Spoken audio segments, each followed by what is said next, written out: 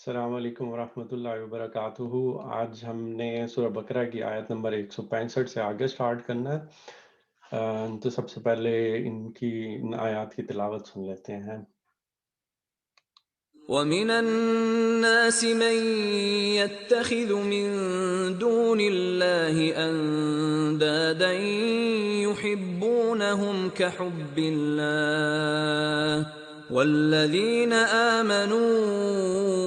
أَشَدُّ حُبًّا لِّلَّهِ وَلَوْ يَرَى الَّذِينَ ظَلَمُوا إِذْ يَرَوْنَ الْعَذَابَ أَنَّ الْقُوَّةَ لِلَّهِ جَمِيعًا وَأَنَّ اللَّهَ شَدِيدُ الْعَذَابِ إِذْ تَبَرَّأَ الَّذِينَ اتُّبِعُوا مِنَ الَّذِينَ اتَّبَعُوا وَرَأَوُا الْعَذَابَ وَتَقَطَّعَتْ بِهِمُ الْأَسْبَابُ وَقَالَ الَّذِينَ اتَّبَعُوا لَوْ أَنَّ لَنَا كَرَّةً فَنَتَبَرَّأَ مِنْهُمْ كَمَا تَبَرَّؤُوا مِنَّا كَذَلِكَ يُرِيهِمُ اللَّهُ أَعْمَالَهُمْ حَسَرَاتٍ عَلَيْهِمْ وَمَا هُمْ بِخَارِجِينَ مِنَ النَّارِ يَا أَيُّهَا النَّاسُ كُلُوا مِمَّا فِي الْأَرْضِ حَلَالًا طَيِّبًا وَلَا تَتَّبِعُوا خُطُوَاتِ الشَّيْطَانِ إِنَّهُ لَكُمْ عَدُوٌّ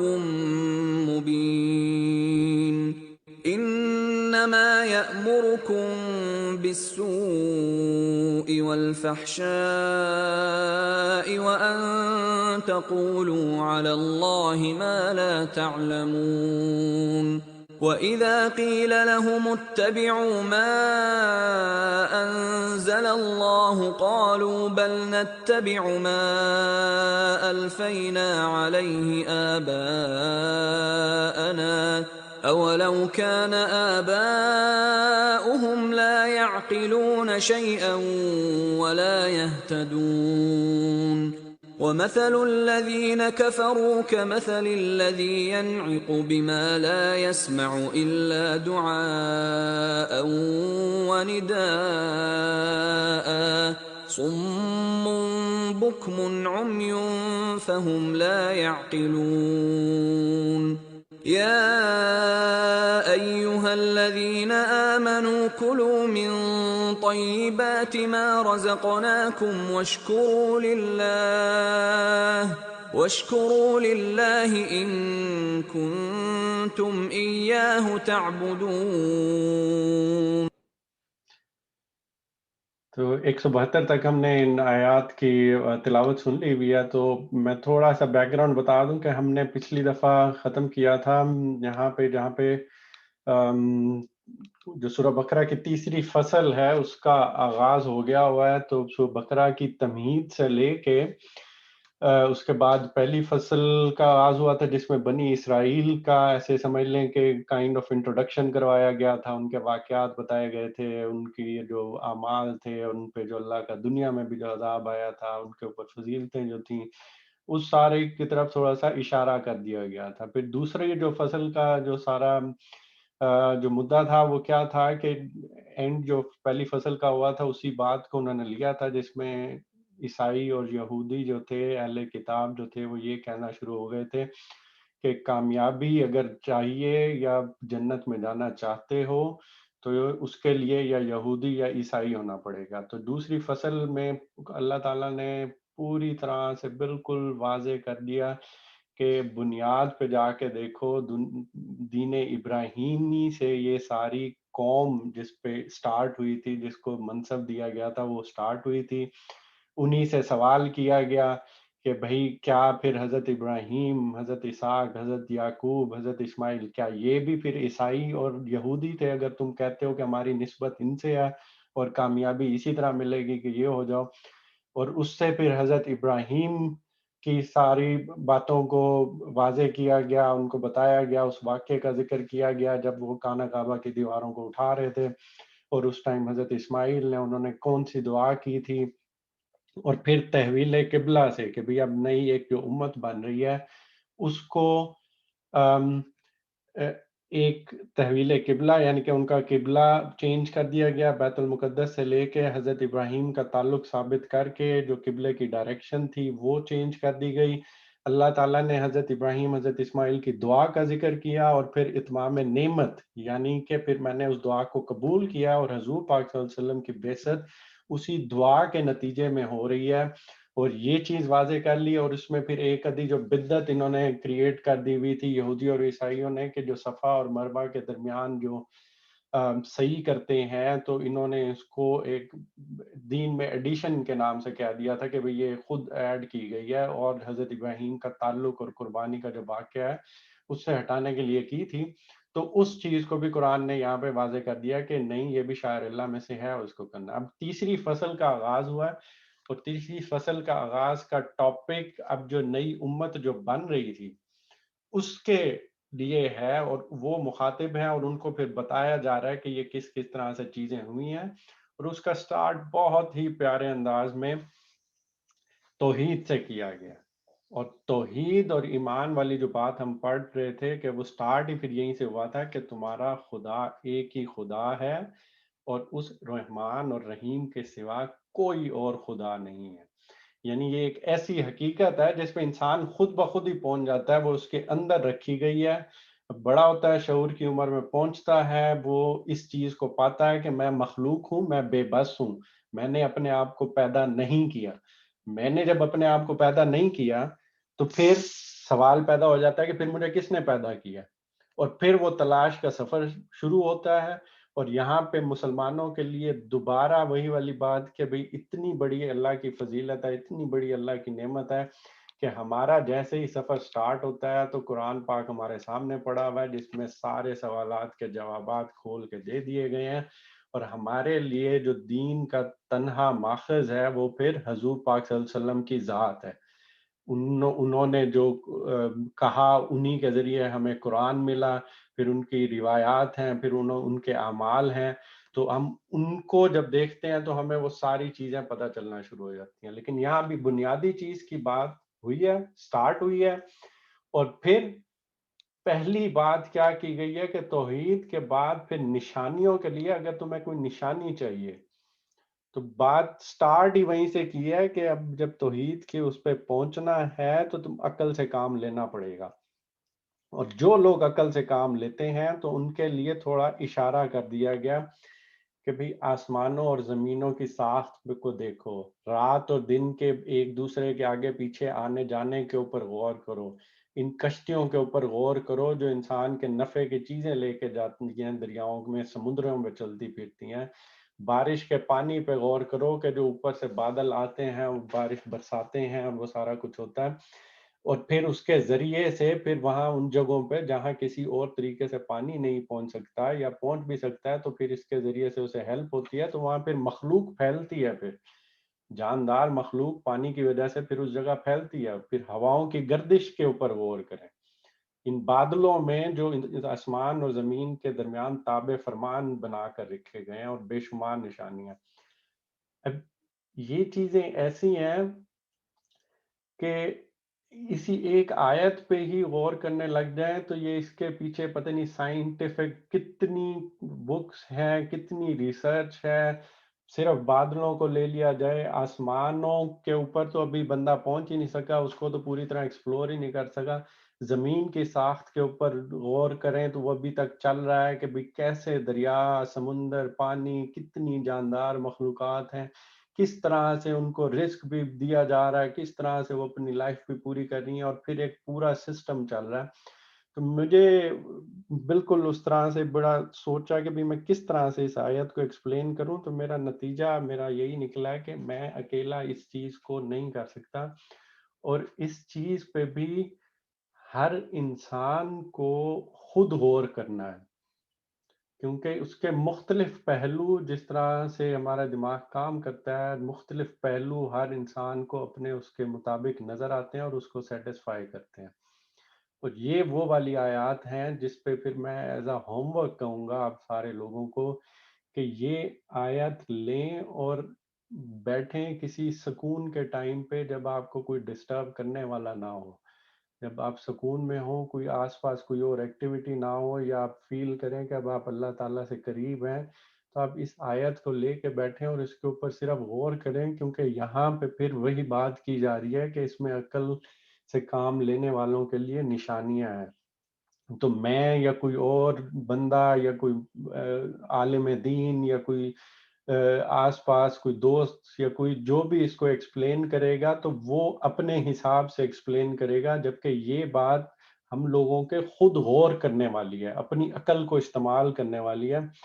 تو میری آپ لوگوں سے گزارش ہوگی کہ اس آیت کو لیں، بیٹھیں، آج بیٹھیں، کل بیٹھیں، جس طرح سے بھی ہے ٹائم نکالیں اور غور سے بیٹھ کے اس کے اوپر سوچیں کہ اللہ تعالیٰ نے کس قسم کی نشانیاں ہمارے لیے رکھی ہوئی ہیں. صرف ایک بات میں یہاں پہ کہنا چاہوں گا، اور وہ کیا ہے، وہ بہت ہی ایک اچھی اگزامپل دی ہے. میں ان کا نام بھی بتا دیتا ہوں، حمزہ علی عباسی. وہ بھی جانتے ہی ہوں گے آپ لوگ شاید. تو وہ اسی مرحلے سے، وہ ایتھیزم سے نکل کے وہ آگے گئے ہیں کہ خدا پہ ایمان نہیں تھا، یعنی کہ مسلمانوں کے معاشرے میں رہتے ہوئے سارا کچھ کرتے ہوئے کہ ایک ذہن میں آ گیا کہ بس یہ ایک کانسیپٹ بنا ہوا ہے، بس ایسے چل رہا ہے. لیکن وہ اسی غور و فکر اور کرتے ہوئے وہ اب اس جگہ تک پہنچے ہیں. اور انہوں نے ایک ایگزامپل دی ہے کل حمزہ علی عباسی نے، جو کہ مجھے بہت پیاری لگی ہے. وہ کہا کہ ہم لوگ جو ہے وہ جب سائنس کو بھی پڑھ لیتے ہیں اور یہ بھی پڑھ لیتے ہیں نا، تو ہمارا دماغ بہت نیرو مائنڈڈ ہو جاتا ہے. ہم نا صرف کیسے پہ غور کر رہے ہوتے ہیں، کیونکہ سائنس ہمیں صرف کیسے ہوتا ہے اس کا جواب دیتی ہے. اور اس کی ایک ایگزامپل انہوں نے یہ دی کہ بھائی ایک کیتلی ہے، پانی ڈالا، اس کو لگایا، سوئچ لگایا اور پانی بوائل ہونا شروع کر دیا. اب جیسے ہی یہ سوال پوچھا جاتا ہے کہ پانی کیوں بوائل ہو رہا ہے،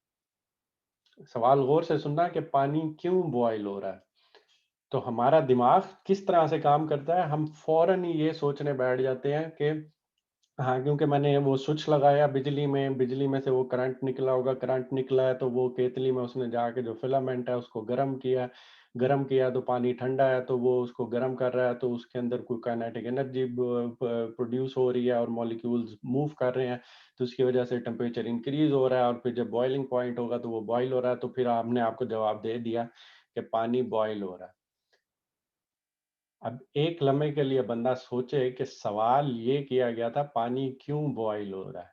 یہ نہیں پوچھا گیا پانی کیسے بوائل ہو رہا ہے. اور پانی کیوں بوائل ہو رہا ہے یہ ہم ذرا سوچیں، تو پانی اس لیے بوائل ہو رہا ہے کیونکہ میں چائے پینا چاہتا ہوں، کہ میں نے کیتلی میں پانی کو ڈالا. اور پھر یہ آگے کیسے والی بات آ جاتی ہے جس چیز کا سائنس تھوڑا بہت جواب دے دیتی ہے، لیکن اس چیز کا جواب، کیوں کا جواب، یہ وہ باتیں ہیں جو ہمیں غور کرنے والی ہیں. کہ یہاں پہ اگر ہم بات کریں کہ جو کشتیاں چل رہی ہیں پانی کے اوپر، تو اس چیز پہ غور نہیں کرنا کہ کشتی پانی کے اوپر کیسے چل رہی ہے، کہ ہاں جی سائنس یہ بتا رہی ہے کہ سرفیس ایریا زیادہ ہے، پانی اس کو اوپر پش کرتا ہے، یہ کرتا ہے، وہ کرتا ہے. یہ سوچنا کہ کیوں ایسا ہو رہا ہے. اور اس کیوں کے جواب میں ایک چیز جو ہمیں کھل کے سامنے پتہ چلتی ہے وہ کیا ہے، یہ وہ ساری چیزیں ہیں جو اللہ نے اپنی مخلوق کے لیے پیدا کر دی ہیں، اور وہ اس کے تابع فرمان ہیں، اور وہ ساری چیزیں ہماری خدمت کے لیے لگی ہوئی ہیں. سورج گردش کر رہا ہے، سارا کچھ کر رہا ہے ہمیں وہ ہیٹ دینے کے لیے. رات کیوں آ رہی ہے، کیونکہ اللہ نے اپنی مخلوق کو پیدا کیا اور اس کے لیے سونا ضروری ہے، تو رات آ رہی ہے کہ پرسکون طور پہ وہ سوئے. یہ نہیں پوچھا جا رہا کہ رات کیسے ہوتی ہے، رات کیوں ہوتی ہے. اور یہ وہ چیزیں ہیں جو ہمیں اللہ کی طرف پہ لے کے جاتی ہیں اور ہمیں پتہ چلتا ہے، اور پھر ہمیں نشانیاں ملتی ہیں اور ہمارا ایمان مضبوط ہوتا ہے، اور پھر ہمیں سمجھ آنے لگتی ہے کہ یہ والی چیز. اور دوسرا یہ کہ نارملی یہ بھی ہو جاتا ہے کہ سوال ابھرتے ہیں لیکن بندہ اس پہ پھر غور نہیں کرتا، پھر بندہ اپنے عقل سے کام نہیں لگتا، پھر بندہ اسے ٹھنڈا کر دیتا ہے، بس ٹھیک ہے کوئی نہیں، چلتا ہے ایسے، کوئی نہیں، ایسے ہی آگے چلتا رہے. تو یہ وہ والی باتیں ہیں جن پہ میں کہتا ہوں کہ آپ لوگ بھی غور کیا کریں، بیٹھیں، کب ٹائم نکالا کریں اسپیشلی، اور اس پہ یہ نشانیاں دیکھے کریں، کیونکہ قرآن ہمیشہ ان چیزوں کی دلائل دیتا ہے کہ یہ کیوں ایسا ہو رہا ہے. اور اس سے یہی ہوتا ہے کہ پھر ایمان مضبوط ہوتا ہے. اور پھر جب یہ کہا جاتا ہے نا کہ ہم ایمان والے لوگ ایسے ہیں جو جب ان کے سامنے آیتوں کی تلاوت کی جاتی ہے تو وہ لرز جاتے ہیں اور ان کا ایمان پھر مضبوط ہوتا ہے اور وہ جھک جاتے ہیں پھر اللہ تعالیٰ کے سامنے. تو یہ وہ والی چیزیں ہیں جس کا ہمیں بھی یہ پھر اسی طرح سے پھر قرآن پڑھنے کا حق پورا کرنا چاہیے کہ ہم قرآن پڑھ رہے ہیں تو یہ بس ایک ایسی کتاب نہیں جس کو اٹھا کے بس ایک ریڈنگ کر لی اور گزار لی. پھر جس طرح سے کہا جا رہا ہے کہ عقل والوں کے لیے نشانیاں، تو پھر غور کرنا چاہیے کہ بھی کیا نشانیاں ہمیں دی جا رہی ہیں. تو اب اس سے اگلی والی آیت پہ چلتے ہیں. اس کا سادہ ترجمہ کیا ہے؟ مگر وحدت خداوندی پر دلالت کرنے والے بھی ان کھلے کھلے آثار کے ہوتے ہوئے بھی کچھ لوگ ایسے ہیں جو اللہ کے سوا دوسروں کو اس کا ہمسر اور مد مقابل بناتے ہیں، اور ان کے ایسے گرویدہ ہیں جیسے اللہ کے ساتھ گرویدگی ہونی چاہیے. اب یہ وہ والی بات ہے کہ جس پہ کہتے ہیں کہ انسان اس چیز پہ تو پہنچ جاتا ہے کہ ہمارا کوئی خالق ہے، لیکن اس کے بعد جو خرابی پیدا ہوتی ہے وہ یہ چیز پیدا ہوتی ہے کہ پھر اللہ جو شرک والی چیز آ جاتی ہے کہ اس میں پھر انسان کسی اور کو شریک کر لیتا ہے. یعنی کہ اتنی چیزوں کی نشانیوں کو غور کرنے کے بعد یہ پہنچا کہ بھئی ایک ایسی ذات ہے جس نے اتنی بڑی دنیا اتنے پیارے انداز میں بنائی ہے اور انسان کی خدمت کے لیے یہ ساری چیزیں پیدا کر لی، سب آ رہی ہیں، دھوپ آ رہی ہے، روشنی آ رہی ہے، بادل آ رہے ہیں، پانی دیا جا رہا ہے، کشتیاں چل رہی ہیں. ایک ہستی کو ہم نے مان لیا، لیکن خرابی کیا پیدا ہو جاتی ہے کیونکہ ہم اب اسے نہیں دیکھ سکتے تو ہم کسی اور کو اس کی صفات میں شریک کرنا شروع کر دیتے ہیں. اور یہاں پہ اگر ہم تھوڑا سا اشارہ اگر لینا چاہیں تو یہ بھی ہو جاتا ہے کہ ایون دینی مذاہب سے تعلق رکھنے والے لوگ، عیسائیوں کی اگر اگزامپل لی جائے تو وہ کیا کر بیٹھے کہ اپنے ہی پیغمبر کو جو ان کو اللہ کی باتیں بتانے کے لیے آئے ہوئے ہیں، حضرت عیسیٰ، اور معجزات لے کے آئے ہیں اور ان کو بتا رہے ہیں، تو ان کے ساتھ پھر گرویدگی کا اتنا عالم ہو گیا کہ اس میں مبالغہ آرائی کر کے اور وہ کر کے کہ ان کو پھر خدا کا بیٹا بنا بیٹھے.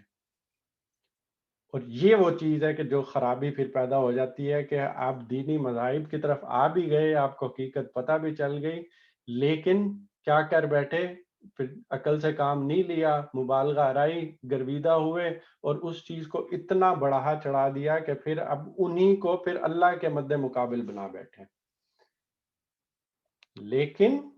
پھر ایمان رکھنے والوں کی کیا بات کی جا رہی ہے؟ حالانکہ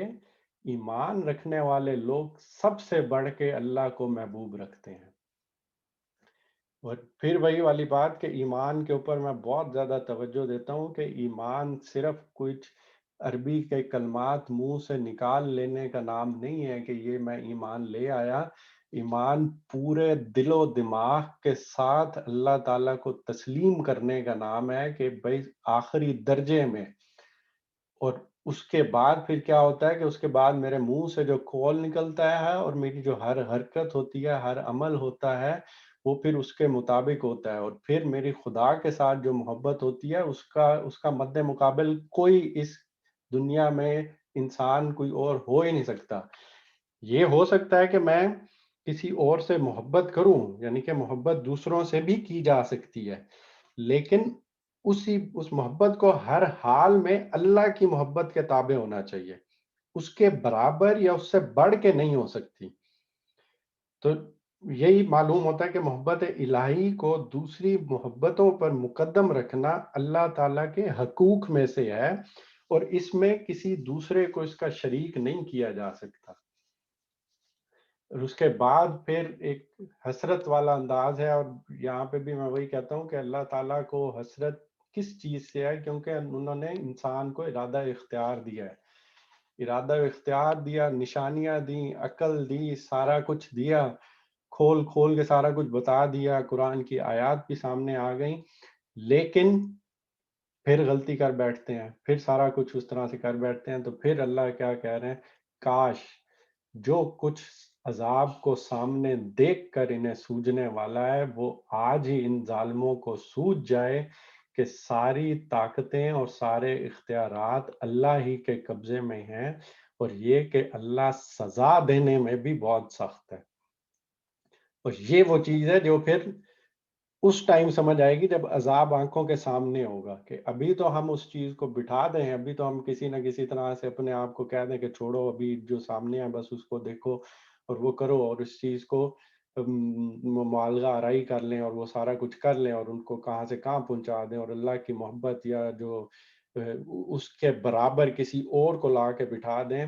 تو ابھی تو شاید گزارا کر جائیں، لیکن جب عذاب دیکھ کے جو ہمیں سوجنے والا ہے اس پہ اللہ بھی کاش کا لفظ یا اس طرح کی چیز استعمال کر رہا ہے کہ وہ اتنا پھر سخت عذاب ہوگا کہ آج اگر تم دیکھ لیتے یہ ہونے والا ہے، اور پھر یہ چیز ابھی بھی سمجھ نہیں آئی کہ ساری طاقتیں اور سارے اختیارات اللہ ہی کے پاس ہیں، اس کے ساتھ کسی کو بھی شریک نہیں کیا جا سکتا. تو یہ اگر اس حق کی حق تلفی ہوئی تو پھر اللہ سزا دینے میں بھی بہت سخت ہے. اور اب یہ آگے بہت ہی ایسی آیات آ رہی ہیں جس کو میں کم از کم پڑھ کے مجھے بہت وہ ہوا کہ ہم لوگ قرآن نہ پڑھنے کی وجہ سے ہم کس طرح سے بغیر سوچے سمجھے دین کو بغیر غور کیے چلتے ہوئے جا رہے تھے. اور وہی والی بات کہ ایک طرف تو ڈر اور خوف والی چیز پیدا ہوتی ہے، دوسری طرف اس چیز کی تسلی ہوتی ہے کہ شکر ہے اللہ کا کہ ہم زندہ ہیں، ہم ابھی پڑھ سکتے ہیں، ہم توبہ کر سکتے ہیں، ہم اللہ تعالیٰ سے ابھی بھی معافی کی درخواست کر سکتے ہیں. اور اگلی آیات آپ پڑھتے جائیں گے تو ہمیں آئیڈیا ہوتا جائے گا کہ کیا باتیں کی جا رہی ہیں. جب وہ سزا دے گا اس وقت کیفیت یہ ہوگی کہ وہی پیشوا اور رہنما جن کی دنیا میں پیروی کی گئی تھی اپنے پیروں سے بے تعلقی ظاہر کریں گے، مگر سزا پا کر رہیں گے، اور ان کے سارے اسباب و وسائل کا سلسلہ کٹ جائے گا. اب یہاں پہ ویسے تو کسی ایک اسپیسیفک اس کا ذکر نہیں کیا گیا،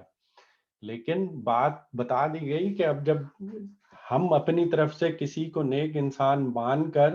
اس کے اوپر بغیر سوچے سمجھے عمل کرتے ہیں، وہ اس کو ہم اپنا رہنما مان لیتے ہیں، اس کو ہم اپنا پیشوا مان لیتے ہیں، اس کو ہم اپنا پیر مان لیتے ہیں،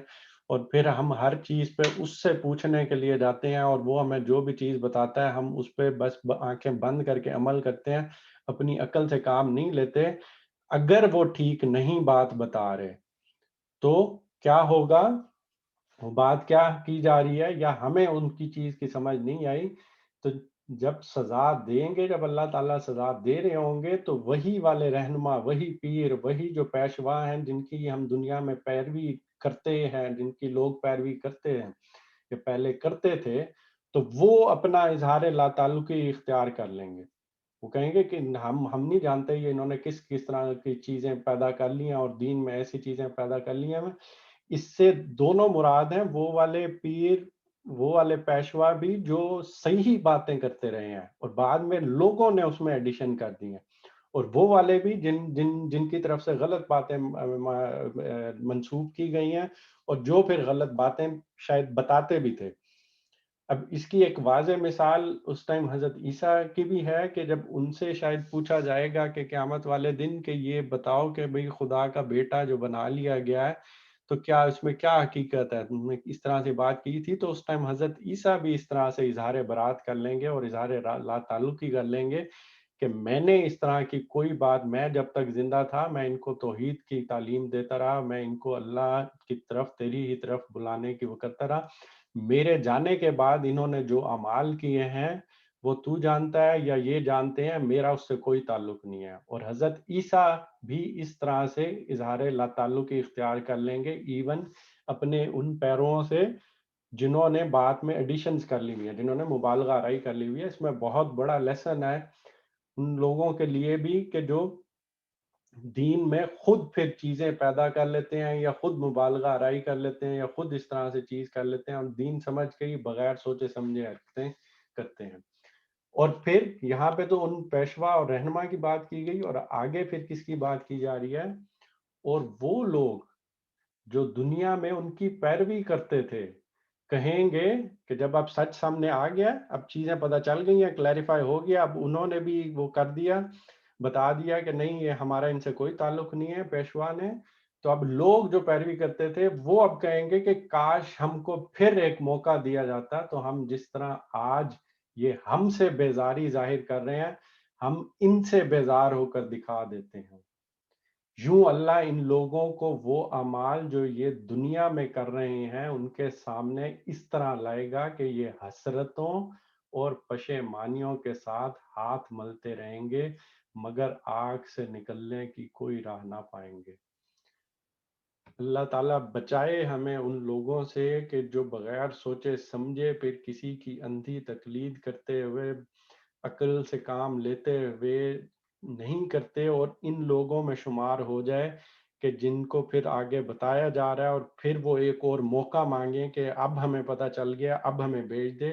تو اس چیز کو یہیں پہ ہی سمجھنے کی ضرورت ہے کہ اللہ تعالیٰ ہمیں ابھی اس طرح سے ہدایت دے دے کہ ہم آنکھیں بند کر کے کسی کی بات نہ مانیں، خود ڈھونڈیں، خود سوچنے سمجھنے کی کوشش کریں اور اپنی عقل سے کام لیں، تاکہ دنیا جب ختم ہو اور آخرت میں ہم اللہ کے سامنے کھڑے ہوں تو ہم خود کہیں کہ ہم نے سوچ سمجھ کے یہ فیصلہ کیا تھا اور اس کے پیچھے یہ تھا۔ ہم یہ نہ کہیں کہ ہمارے پیر و مرشد نے یہ بات کہی تھی، ان کے اوپر ڈالیں اور وہ ہم سے بیزاری کا اظہار کر لیں اور ہمارے لیے پھر آگے اور کوئی آپشن ہی نہ ہو اور آگ سے نکلنے کی کوئی راہ نہ ملے۔ پھر تو آگے پھر اگلی چیز کو لیا ہے، لوگوں زمین میں جو حلال اور پاک چیزیں ہیں انہیں کھاؤ اور شیطان کے بتائے ہوئے راستوں پر نہ چلو، وہ تمہارا کھلا دشمن ہے۔ یہاں سے ایک دوسری بات کو لیا ہے کہ جس طرح سے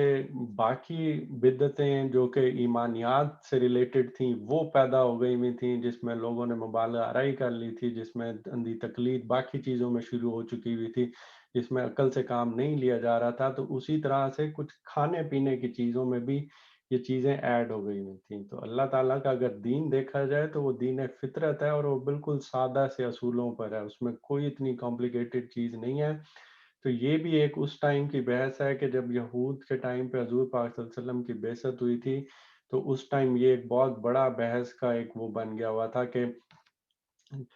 وہاں پہ کھانے پینے کی چیزوں میں بھی حلال اور حرام کی چیزوں میں بہت زیادہ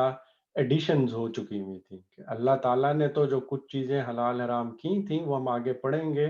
کل کا ٹاپک بھی ہمارا اسی چیز پہ آئے گا، لیکن وہ خود اپنی طرف سے بنا دی گئی تھیں۔ اور یہ بحث کا ٹاپک اس طرح سے بھی بنا تھا کہ حضور پاک صلی اللہ علیہ وسلم نے جب آ کے ان کو بتایا کہ یہ نہیں ہے تو وہ کہتے تھے کہ چلو خدا پر ایمان، فرشتوں پر، باقیوں پر ایمان تو چلو ایک حد تک سمجھ آتی ہے، لیکن یہ جو آپ آ کے چیزوں کو بتا رہے ہیں یہ تو ہمارے دین کے بالکل خلاف ہے۔ اور اس میں کیا کیا چیزیں تھیں کہ جی اونٹ کو ذبح کرنا یا اونٹ کا گوشت کھانا بھی حرام کہہ دیا تھا، کسی جانور کی چربی کو حرام کہہ دیا، کسی کی کہا کہ بھئی ہڈی کے ساتھ گوشت لگا ہوا ہوتا ہے وہ بھی حرام۔ تو وہ خود ہی اپنی طرف سے انہوں نے بنا لی ہوئی تھیں، اور اس چیز کے اوپر پھر اب اشارہ کیا جا رہا ہے کہ اب نئی امت بن رہی ہے تو ان کو کہا جا رہا ہے جو بھی حلال اور پاک چیزیں ہیں انہیں کھاؤ اور شیطان کے بتائے ہوئے راستوں پر نہ چلو، وہ تمہارا کھلا دشمن ہے۔ اور پھر شیطان کیا کرتا ہے، وہ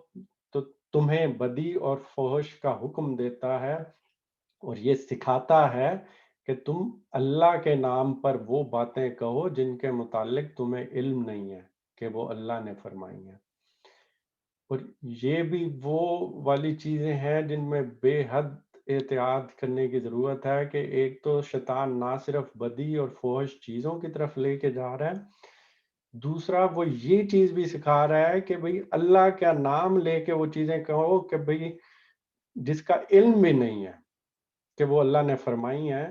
اور اشارہ وہی یہود اور عیسائی کی طرف اس ٹائم پہ ہو گیا کہ بھئی انہوں نے اللہ کا نام لے کے ایسی چیزیں ایڈ کر دیں کہ اب لوگوں کے لیے مشکل ہو رہی ہے کہ دوبارہ اللہ کے دین کی طرف آنا۔ اور کتنی بڑی احتیاط کرنے کی ضرورت ہے کہ جب ہم کسی کو کوئی بات بتاتے ہیں اور وہ چیزیں کرتے ہیں اور اللہ تعالیٰ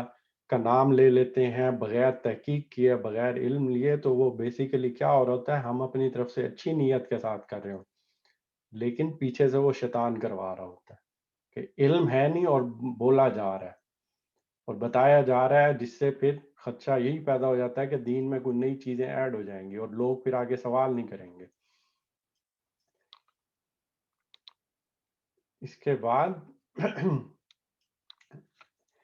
ان سے جب کہا جاتا ہے کہ اللہ نے جو احکام نازل کیے ہیں ان کی پیروی کرو، تو جواب دیتے ہیں کہ ہم تو اسی طریقے کی پیروی کریں گے جس پر ہم نے اپنے باپ دادا کو پایا ہے۔ اچھا، اگر ان کے باپ دادا نے عقل سے کچھ بھی کام نہ لیا ہو اور راہ راست نہ پائی ہو، تو کیا پھر بھی یہ انہیں کی پیروی کیے چلے جائیں گے؟ اور یہ وہ والی باتیں آ جاتی ہیں، میں دوبارہ بار بار کہتا ہوں کہ جس پہ میرا کم از کم دل تھوڑا سا کانپ جاتا ہے کہ یہ کتنی بڑی ضرورت ہے کہ جو اللہ تعالیٰ نے عقل ہم لوگوں کو ہر ایک کو دی ہے اس کو استعمال کرنا، اور نہ کہ سامنے جو معاشرہ آپ کو کہہ رہا ہو، یا ایون یہاں دیکھیں کہ کتنی کلیئر انداز میں بتایا جا رہا ہے کہ جو باپ دادا بھی کر رہے ہیں وہ بھی اس کی ریزننگ نہیں دی جا سکتی کیونکہ باپ دادا کر رہے ہیں تو ہم بھی یہ کریں گے، یہ کافی نہیں ہے۔ اب ویسے تو مطلب یہ ہے کہ بزرگوں کا جو ورثہ ہے اس کو ہمیں احترام کی نظر سے دیکھنا چاہیے،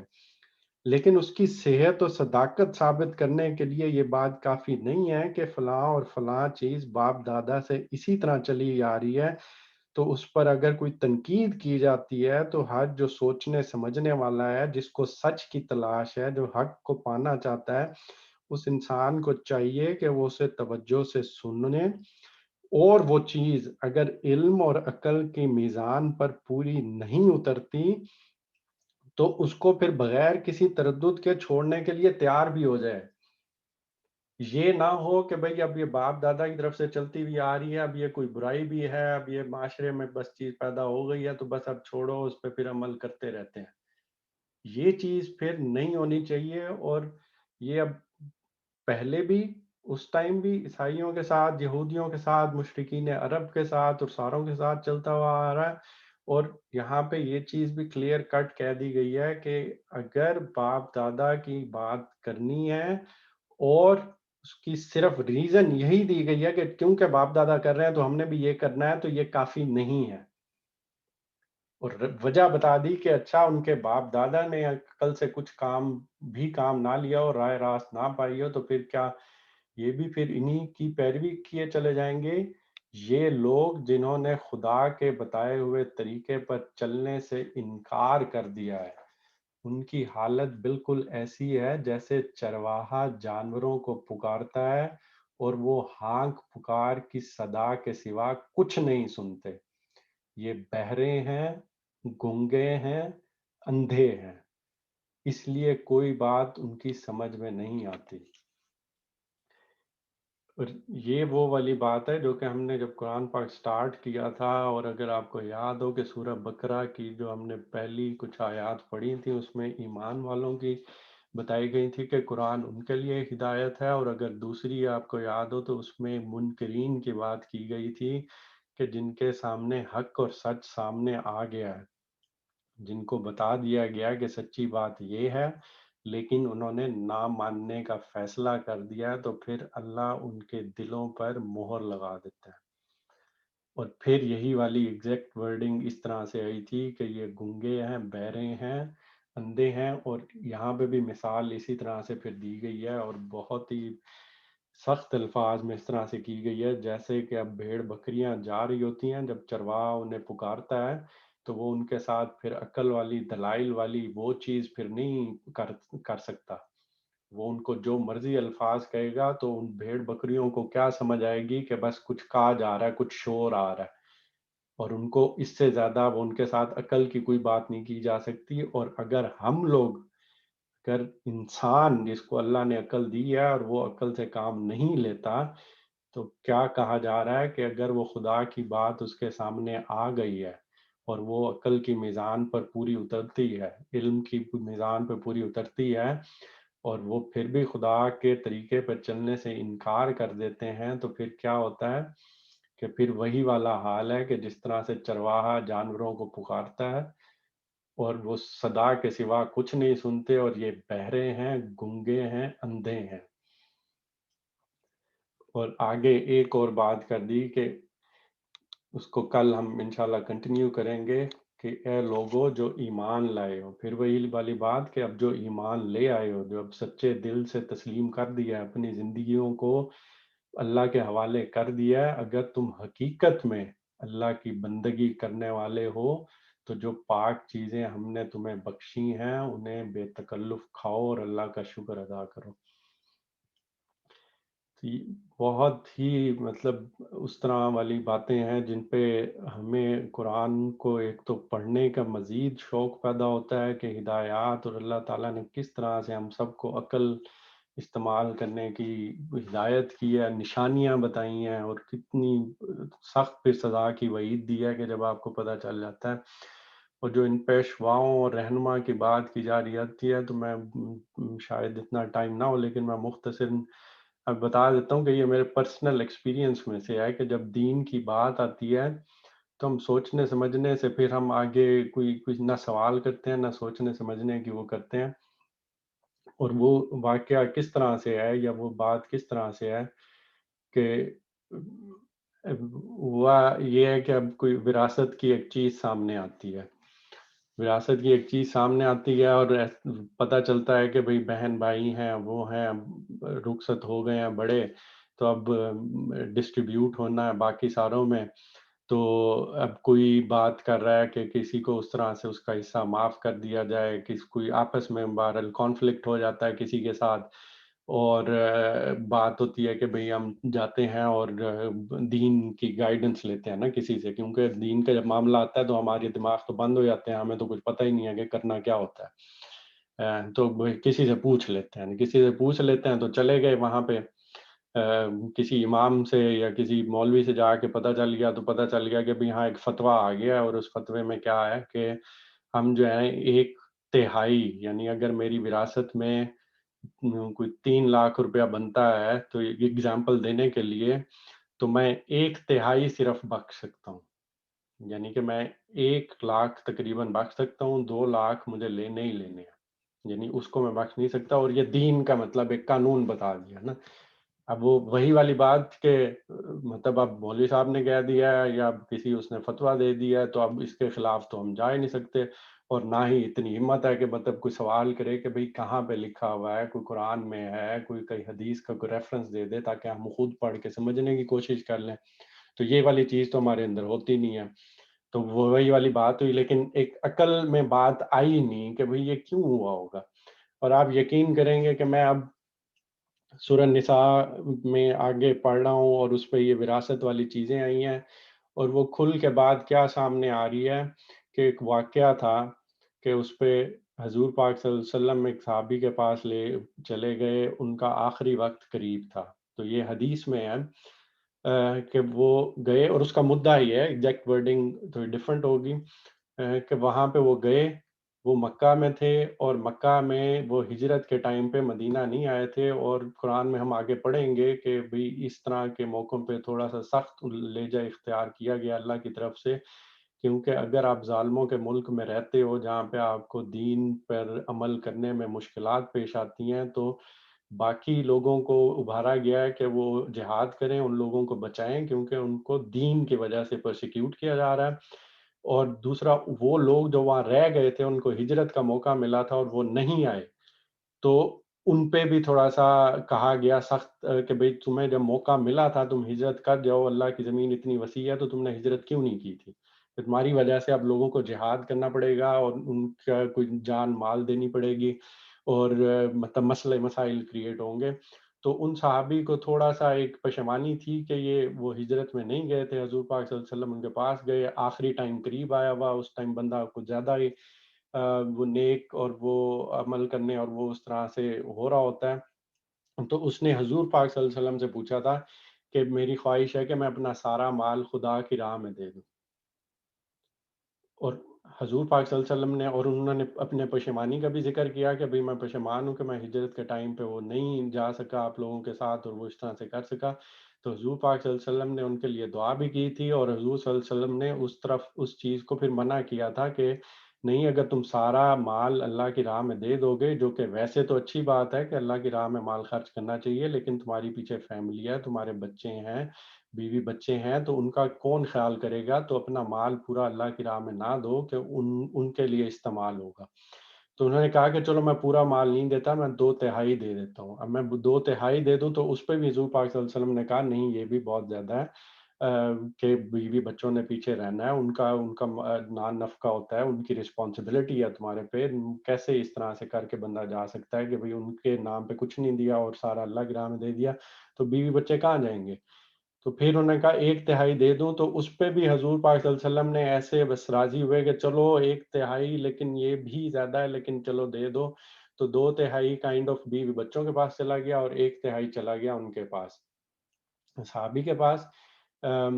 وہ صحابی نے اللہ کی راہ میں دے دیا، اور اس چیز کو اٹھا کے اصول سمجھے بغیر یا وہ والی چیز سمجھے بغیر وہ بالکل اپوزٹ ڈائریکشن میں، کہ اب کوئی بہن بھائیوں میں سے یا کوئی اس طرح سے وراثت کا مسئلہ آیا کہ ایک بہت امیر ہے اور دوسرا والا کوئی اگر نہیں ہے اس کے پاس اتنے وسائل، اور وہ چاہتا ہے کہ وہ وراثت میں حصہ اگر نہ لے تو کیا حکم ہے؟ تو انہوں نے ایک حدیث کو اٹھا کے اس پہ غور و فکر یا اس پہ وہ کیے بغیر کہ اس کو قانون کا ایک حصہ بنا کے بالکل اپوزٹ ڈائریکشن میں بھی وہی چیز دے دی ہے، اور جو کہ عقل میں بات نہیں آتی کہ یہ کیسے ہو سکتا ہے کہ اب آپ ایک بہت امیر بندہ بن گیا ہوا ہے اور وہ نہیں کر پا رہا، کہ وہ چاہ رہا ہے کہ وہ اپنے بہن بھائیوں کی ہیلپ کر دے تو وہ اس طرح سے معاف کر دے۔ تو اصول آپ دیکھیں کہ یہ کس طرح سے بعض اوقات کتنے ویک اصول بنے ہوئے ہوتے ہیں، اور ہم دین میں کیونکہ اس چیز کو سمجھنے کے لیے تیار نہیں ہوتے، نہ ہی ہم نے آگے تحقیق کرنی ہوتی ہے کہ کس بنیاد پہ کہا جا رہا ہے، نہ ہی سوال کیا جاتا ہے، نہ خود قرآن پڑھا ہوا ہے، نہ حدیث کے اوپر غور و فکر کیا ہوا ہے، تو بس چپ کر کے مان لیتے ہیں، اور میں بھی کسی کے اوپر زیادتی ہو جائے تو اینڈ پہ یہ والی جب آیات سامنے آتی ہیں تو پھر دل کامتا ہے کہ یہ تو نادانستگی میں، کہ نالج نہ ہونے کی وجہ سے، عقل سے کام نہ لینے کی وجہ سے ہم کسی کے خلاف زیادتی نہ کر جائیں۔ تو یہ میرے لیے تو کم از کم ایک بہت بڑا لیسن ہو گیا کہ بھئی اب ہر چیز کی تحقیق کرنی ہے، ہر چیز اگر کوئی کہے کہ بھی صحیح تو اس کا پھر فائنڈ آؤٹ کرنا ہے کہ قرآن میں کہاں پہ ہے، احادیث میں کہاں ہے، اور کس طرح سے کوئی عقلی یہ میزان پہ بات پوری بھی اترتی ہے کہ نہیں اترتی۔ اور میں آپ لوگوں کو بھی اس طرح کا بات کروں گا کہ اب ہر چیز کو خود تحقیق کرنے، قرآن میں ریفرنس، احادیث میں، حضور پاک صلی اللہ علیہ وسلم کے طرز عمل میں ڈھونڈنے کی کوشش کریں، اور جب یہ بات آپ خود تسلیم کر لیں کہ قیامت والے دن جب ہمارے سے سوال جواب ہوگا تو ہم کسی اور کی طرف یہ نہ کہہ دیں کہ اس پیر و مرشد نے کہا تھا یا اس پیشوا نے کہا تھا یا اس رہنما نے کہا تھا تو ہم نے اسی وجہ سے کیا ہے، کیونکہ یہ ہو سکتا ہے جیسا کہ قرآن میں کہا ہے کہ وہ ہم سے بیزاری کا اظہار کر لیں اور ہمارا حال خدا نہ خواستہ یہ ہو جائے کہ ہم کہیں کہ ہمیں ایک اور موقع دے دو، تو اور پھر موقع ملے نہ۔ یہاں پہ ان ساری آیات کا میں ایک دفعہ سمری پڑھ لیتا ہوں۔ مگر وحدت خداوندی پر دلالت کرنے والے ان کھلے کھلے آثار کے ہوتے ہوئے کچھ لوگ ایسے ہیں جو اللہ کے سوا دوسروں کو اس کا ہمسفر اور مد مقابل بناتے ہیں، اور ان کے ایسے گرویدہ ہیں جیسے اللہ کے ساتھ گرویدگی ہونی چاہیے، حالانکہ ایمان رکھنے والے لوگ سب سے بڑھ کر اللہ کو محبوب رکھتے ہیں۔ کاش جو کچھ عذاب کو سامنے دیکھ کر انہیں سوجنے والا ہے وہ آج ہی ان ظالموں کو سوج جائے کہ ساری طاقتیں اور سارے اختیارات اللہ ہی کے قبضے میں ہیں، اور یہ کہ اللہ سزا دینے میں بھی بہت سخت ہے۔ جب وہ سزا دے گا اس وقت کیفیت یہ ہوگی کہ وہی پیشوا اور رہنما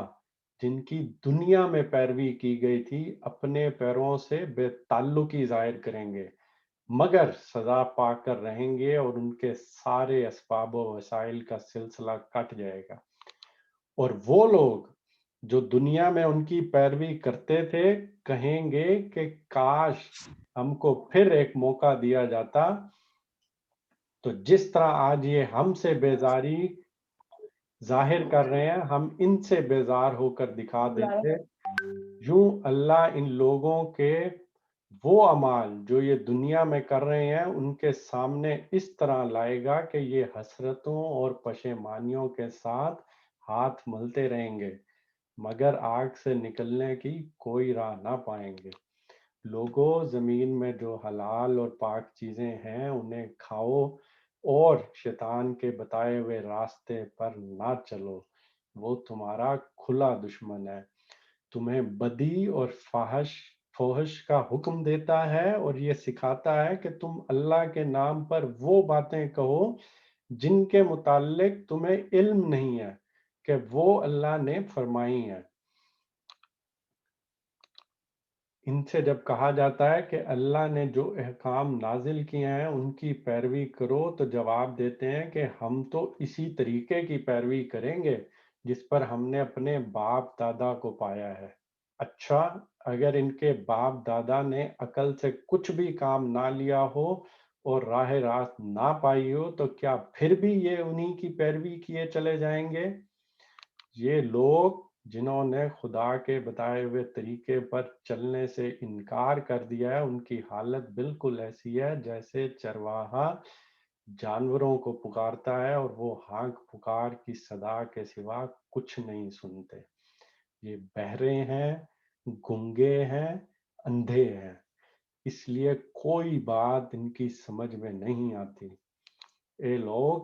جو ایمان لائے ہو، اگر تم حقیقت میں اللہ کی بندگی کرنے والے ہو تو جو پاک چیزیں ہم نے تمہیں بخشی ہیں انہیں بے تکلف کھاؤ